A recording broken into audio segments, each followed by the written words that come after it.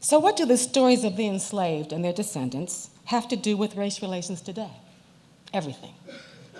People who don't know their history and culture are like a tree without roots. Slavery is part of that history, some of it rooted here at Monticello. Slavery and its consequences, including Jim Crow, segregation, and disenfranchisement, continue to cast a shadow over every American. It impacts how we live and, too often, how we die. Monticello is a fundamental place to understand our country's difficult history and to inspire us to live up to our greatest ideals. In Jefferson's own words, life, liberty, and the pursuit of happiness. Jefferson chose this place so he could look out across Virginia and the world, the nation from here. One of the things he would have seen was the creation of the largest slave empire in the modern world, that he was both an architect of, a beneficiary of, a worrier about.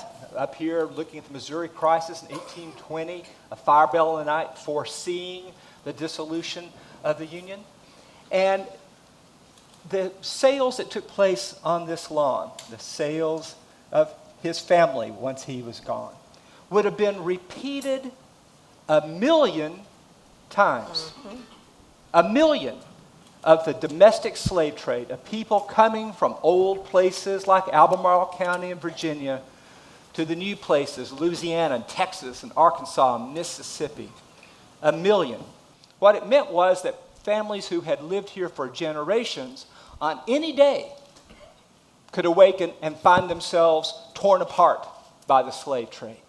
And from this mountain and from Virginia, radiated out across an area the size of continental Europe, the great empire of slavery that dominated the United States and its history for generations. We know that one of Jefferson's greatest accomplishments in his old age was creation of the University of Virginia. He could not have imagined 34 years after his death that he could have looked down, maybe with his telescope at the rotunda, and seen the flag of secession flying from the top of the rotunda that students had crawled up there to unleash.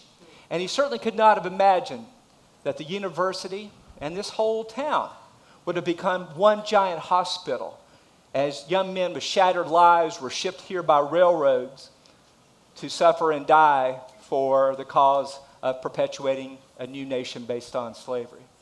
He could not have imagined that as soon as African American people had the opportunity to leave this place, they would. That they would begin going to the north, seeking out cities, going to the cities of Virginia, trying to find a place to make a life for themselves. He could not have foreseen that in 1902, in the very capital that he helped design in Richmond, lawmakers would write a new constitution for the Commonwealth of Virginia that would systematically and unashamedly deprive African American men of the vote and proclaim that was their purpose and enshrine it in the law of the land. Cannot have imagined looking down from here that Charlottesville and Albemarle County and all the rest of the Commonwealth and all the rest of the vast empire of the South would systematically discriminate and segregate people by race that Annette's talking about. So the story here radiates out from Monticello, just as the words of the Declaration of Independence have radiated out from here.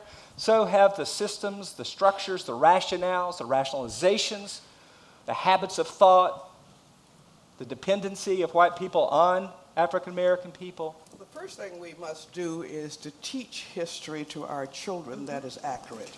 We cannot have new generations of children growing up with the myths of the past and acting on the myths of the past. And so we should really help all of us understand, I call it the fundamental birth defect.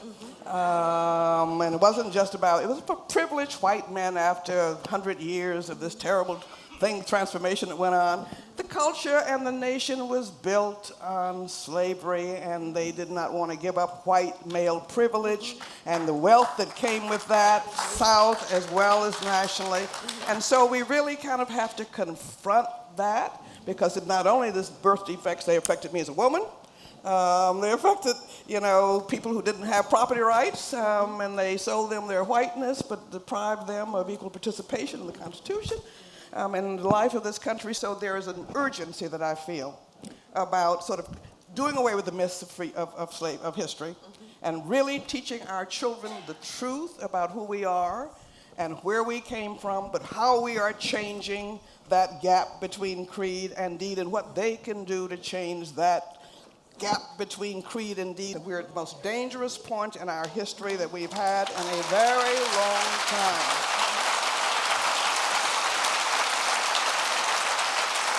And we need to talk about it. We need to mobilize against it because this snake never goes away. It just keeps flaring up. So I just hope that we can focus on how do we educate ourselves, and this is a wonderful forum today. But how do we get that out to all of our children, into our curriculums, into whatever, because we are still a rather historically ignorant people. We have to know what happened in slavery, but we also have to give close and careful attention to the reverberations of slavery, the conditions that were started there that continue to reverberate in the lives of people who are the descendants of the enslaved.